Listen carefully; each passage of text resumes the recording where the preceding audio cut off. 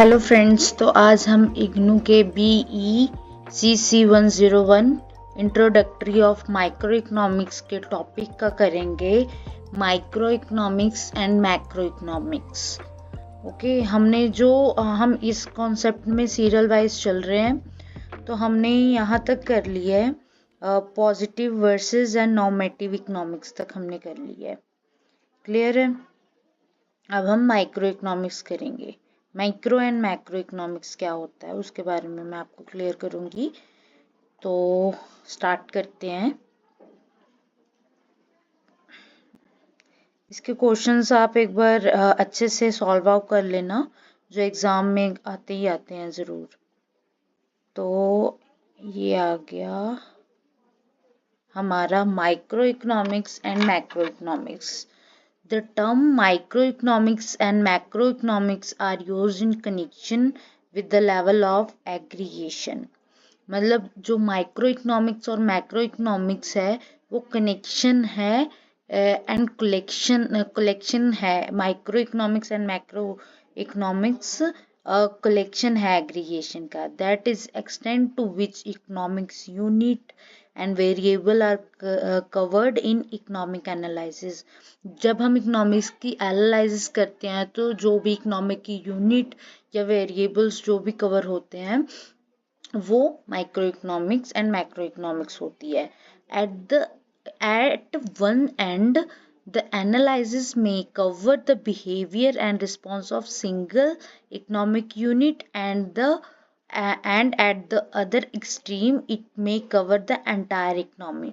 इसमें क्या होता है कि एक एनालिसिस जो है वो बिहेवियर सिंगल इकोनॉमिक की बिहेवियर को रिस्पॉन्ड करता है, ठीक है, और अदर है वो एंटायर इकोनॉमी की जो भी बिहेवियर को कवर करता है, ठीक है। These two term micro and macro are diverged from Greek words mikros and macros, which means small and large respectively.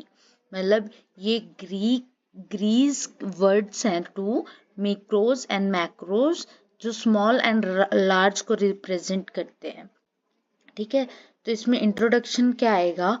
Micro economics deal with the behaviour of individual element in an economy such as determination of piece of a single product or the behavior of single consumer or business firm. Business firm या single business firm microeconomics के साथ deal करता है। Behaviour of individual element, only one element, ठीक है। Price of single product, किसी भी product का single price, single behaviour, single consumer and single business firm, that is micro economics, ठीक है। As against these macroeconomics cover large aggregate or collection of economic units which may extend to entire economy.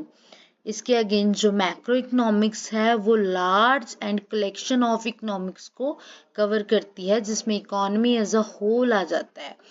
In other words of Kenneth Boulding, macroeconomics cover the great aggregates and average of the economic system rather than individual item. Other words, Kenneth बॉल्डिंग ने क्या कहा है, micro economics जो है वो great aggregates को cover करती है and average of economic system, जो भी एवरेज है इकोनॉमिक सिस्टम का वो इंडिविजुअल आइटम के अकॉर्डिंग ज़्यादा ही ग्रेट एग्रीगेट को कवर करती है। Here we study collection of variable and economic units, macro variables such as national income, employment level of price in general, inter-sectoral flow of goods and services, total saving and investment and the like. Okay, तो इसमें क्या आ जाता है, जो collection of variables हो गए economics units के, macro variables के, दैट इज मैक्रो इकोनॉमिक्स के वेरिएबल्स क्या हैं? नेशनल इनकम है, एम्प्लॉयमेंट हो गया, level of prices in general हो गया, गुड्स एंड सर्विसेज के फ्लोज क्या हो गए, टोटल सेविंग एंड इन्वेस्टमेंट क्या होगी, ये मैक्रो इकोनॉमिक्स के अंदर कवर होता है।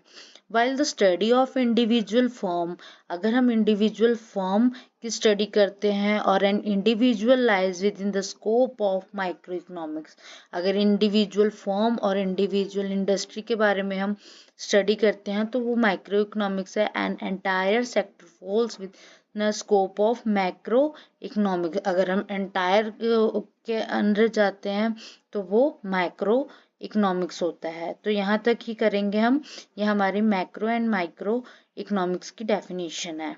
So thank for watching guys, like and subscribe my channel for more study material and go for exam. Thank you. Hit the like button.